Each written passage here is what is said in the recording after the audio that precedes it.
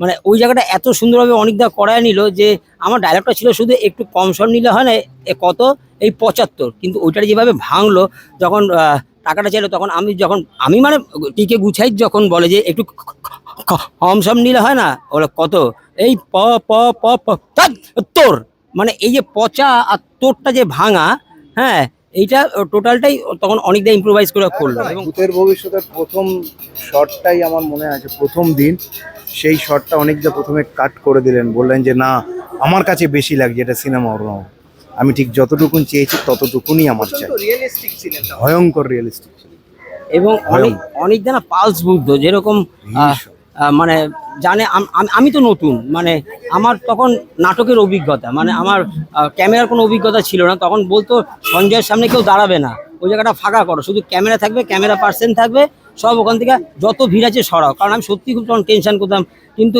আমার সৌভাগ্য যে আমি এমন একজন ডিরেক্টর যারা আমি গডফাদার বলি, স্টিল নাও এখন যদি কোনো পোস্ট করি গডফাদার, হ্যাঁ, অরুণাবদার ক্ষেত্রেও তাই। হ্যাঁ, ঠোঁট কাটা ছিল সব থেকে বড়, সঠিক থেকে সঠিক বলা, মেরুদণ্ড সোজা রাখা।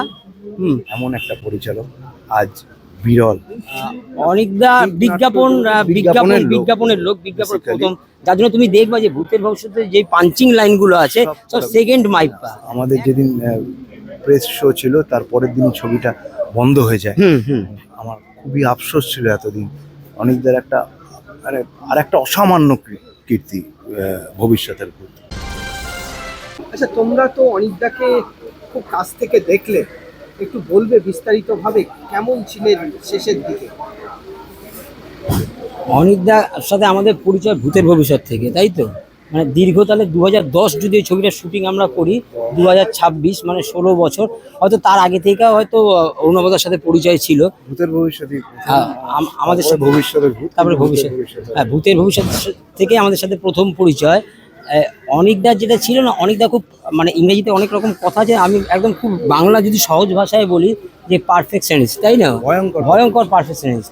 এবং উনি যে ফ্লোরে অনেক সময় চেঁচামেচি করতো, কারণ টেনশনটা থাকতো না যে ঠিক সময় শুটিংটা শেষ করতে পারবো কিনা, শিডিউলটা ঠিক সময় আমরা কমপ্লিট করতে পারবো কিনা, এইটা নিয়ে উনি খুব চিন্তায় থাকতো।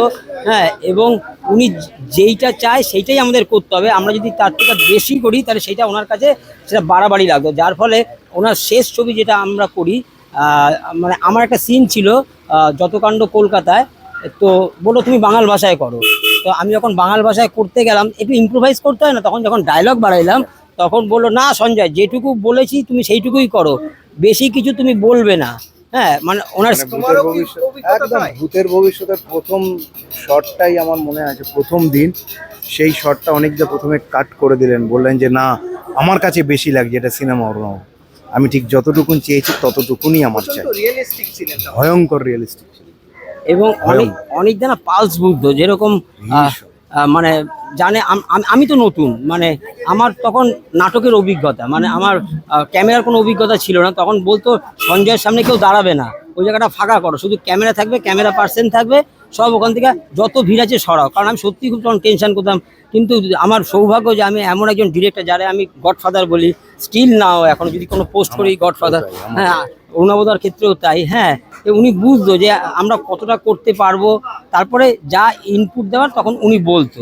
কিন্তু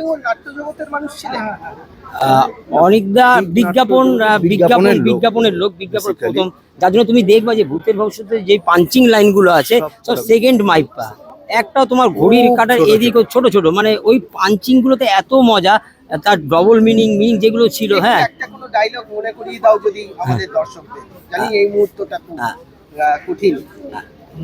আমি আবার একটু রামভক্ত হনুমান আছি, তো একটা বিখ্যাত পাঞ্চিং লাইন দিয়েছিলেন অনেক,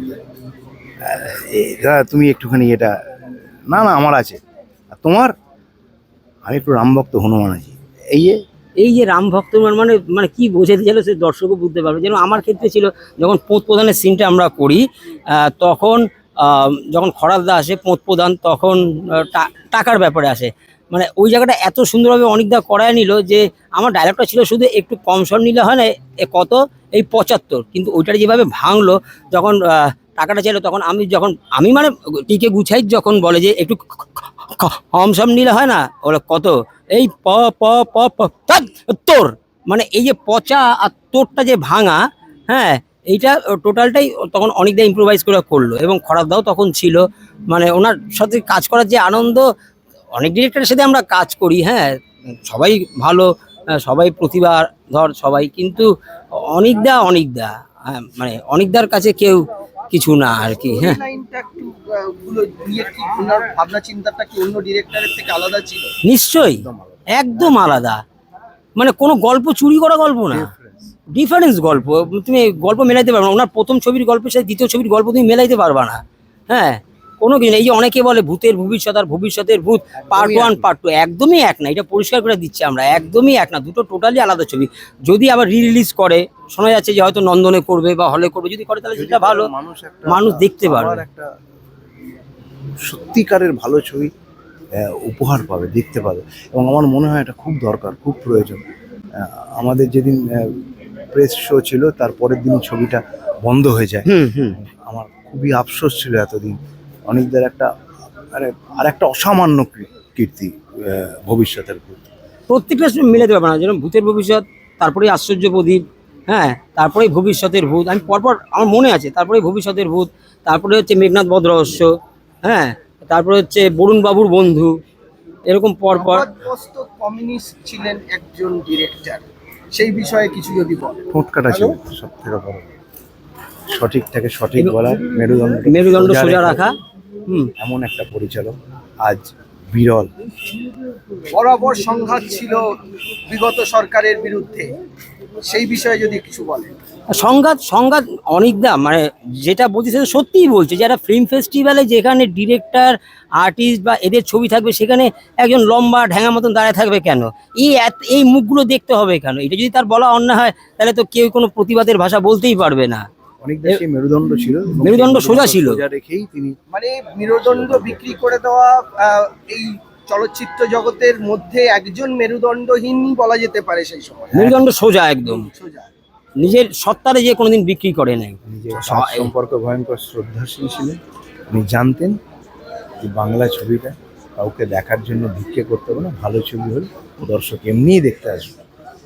সে তো নিজের মুখেই বলছে যে কেন ভিক্ষে করবে, যে বাংলা ছবির পাশে এসে দাঁড়ান, দর্শক এমনি এসে সেই ছবি দেখবে, তাই না? তাহলে কি সেই যোদ্ধাটা চলে গেল, কিন্তু আমাদের লড়াইটা কি জারি থাকবে? নিশ্চয়ই জারি থাকবে, আরো বেশি করে জারি থাকবে, তার আদর্শের পথে জারি থাকবে। পথটা দেখি, ঠিক আছে, আরো ভালো বাংলা ছবি, আর আরো ভালো পরিচালক, আরো ভালো অভিনেতা তৈরি হবে। ধন্যবাদ আপনাদের দুজন। ধন্যবাদ।